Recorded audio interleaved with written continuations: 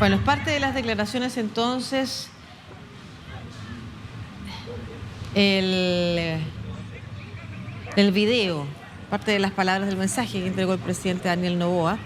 Pero ahora estamos viendo imágenes de la fuga de anoche, de la que habría sido precisamente el momento en el que se habría escapado Colón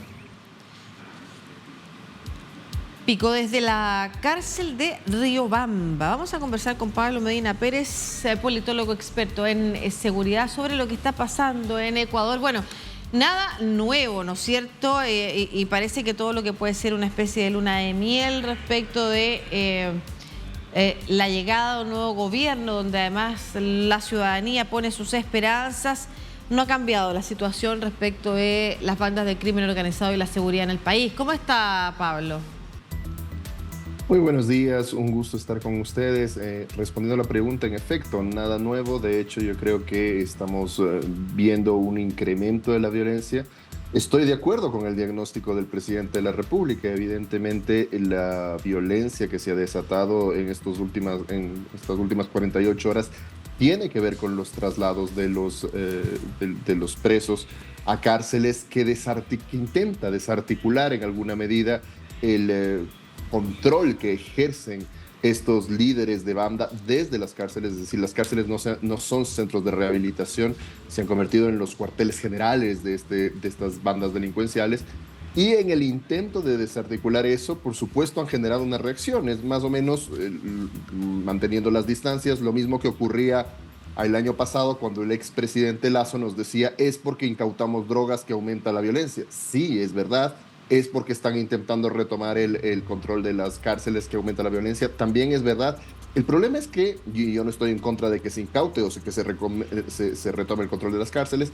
El problema es que si es que sabemos que esto va a generar violencia, el Estado tiene que estar preparado para tener medidas que mitiguen esa violencia. Sabemos que hay una correlación directa y, al parecer, una vez más, la preparación del Estado para mitigar esas consecuencias ha sido, si no nula, al menos absolutamente insuficiente. Claro, es bien importante lo que usted nos señala. Hemos conversado también con otros expertos en materia de cárceles y nos han dicho que la solución de encarcelar no necesariamente es tal, si es que efectivamente no tienes la posibilidad de controlar lo que le pasa al interior de las cárceles. Y eso es primero lo que ha sucedido en Ecuador y está sucediendo en países como Chile y otros de la región, donde usted señala se convierten las cárceles finalmente no en un espacio de rehabilitación, sino que un espacio que son los cuarteles generales, las oficinas de las bandas de crimen organizado.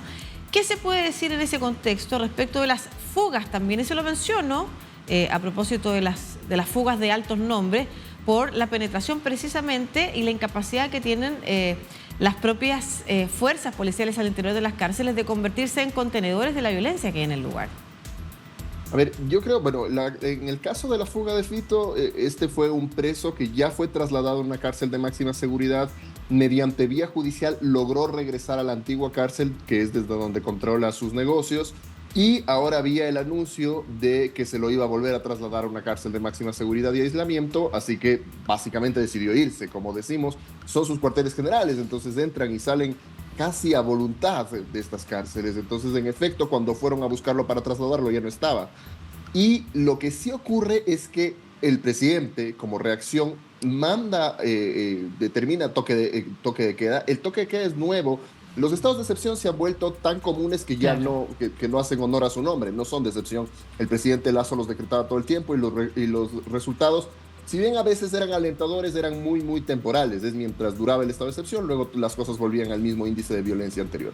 Ahora la novedad es el toque de queda, pero con el toque de queda, y esto es interesante, hay una reacción de grupos delincuenciales que yo no creo que es articulada.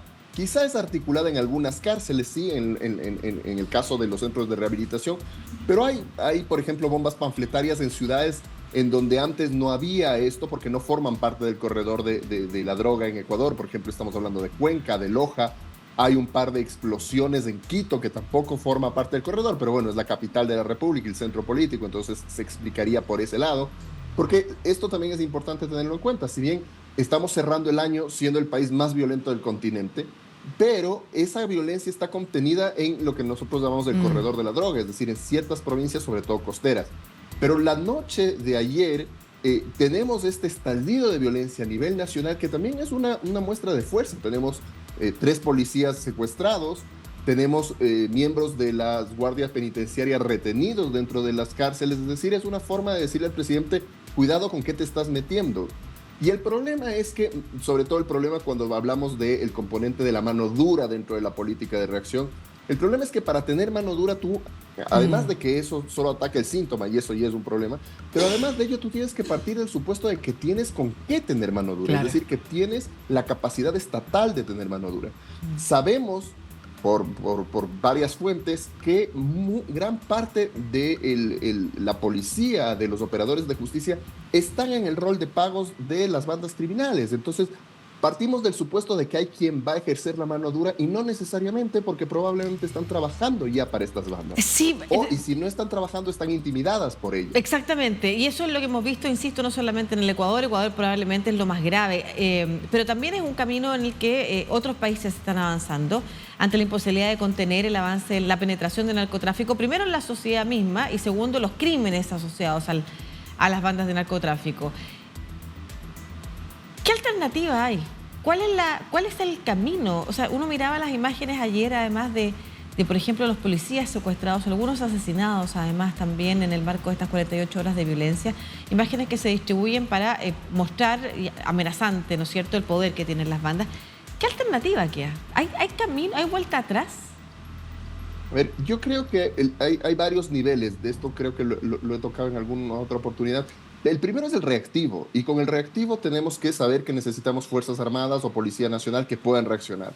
Y eso necesita depuración, eso necesita además cuidar a esos elementos, porque si es que, por ejemplo, exponemos a las Fuerzas Armadas a un constante contacto con las bandas criminales, pronto van a ser igualmente o cooptadas o amenazadas. Eso ya se ha visto en varios casos. El caso mexicano quizá claro. Es el más claro. Entonces también hay que saber que el uso de Fuerzas Armadas tiene que ser excepcional justamente porque es la última línea de defensa del Estado y por lo tanto hay que cuidar eso. También se necesita al mismo tiempo trabajar en la depuración y fortalecimiento de los operadores de justicia, porque si es que podemos reaccionar, pero no podemos mantener a los criminales en las cárceles, si no tenemos un sistema de rehabilitación, pasa lo que pasa, lo agarramos en la calle, lo metemos a la cárcel y la cárcel es su oficina, es decir, básicamente lo estamos trasladando a su oficina, a que siga trabajando ahí. Entonces, hay que cambiar completamente la concepción. Y en términos más profundos, tenemos que avanzar como región, y esto ya no le compete solo al Ecuador, como región y quizá a nivel mundial, en una discusión seria sobre la legalización de ciertas sustancias que hoy están sujetas a control y que por ello son tan rentables en su producción. Estoy hablando de marihuana, cocaína, de drogas en general. Hay muchos estados que ya han avanzado en eso. Sí, hay problemas también con la legalización, con la regularización, con la capacidad del Estado de regular. Es verdad, pero al menos se reduce este atractivo brutal que es una tasa de rentabilidad que no compite con prácticamente ningún otro producto, por lo cual estas bandas están dispuestas a jugarse la vida y a irse en contra de un Estado a cambio de esa rentabilidad. Sí, bueno, eso es una conversación difícil, además que obliga a sacar los ecos que tenemos respecto a los tabúes que tenemos respecto a avanzar en ella, porque precisamente la manera en la que se combate el crimen organizado y el narcotráfico en el mundo ha sido un fracaso con estas décadas de prohibición total que usted menciona. Y efectivamente es algo que los expertos vienen diciendo hace mucho rato. Muchas gracias, Pablo Medina Pérez, desde Ecuador, conversando sobre estas 48 horas de extrema violencia que hay en ese país. Que esté muy bien. Muchas gracias, un buen día también. Muchas gracias a usted.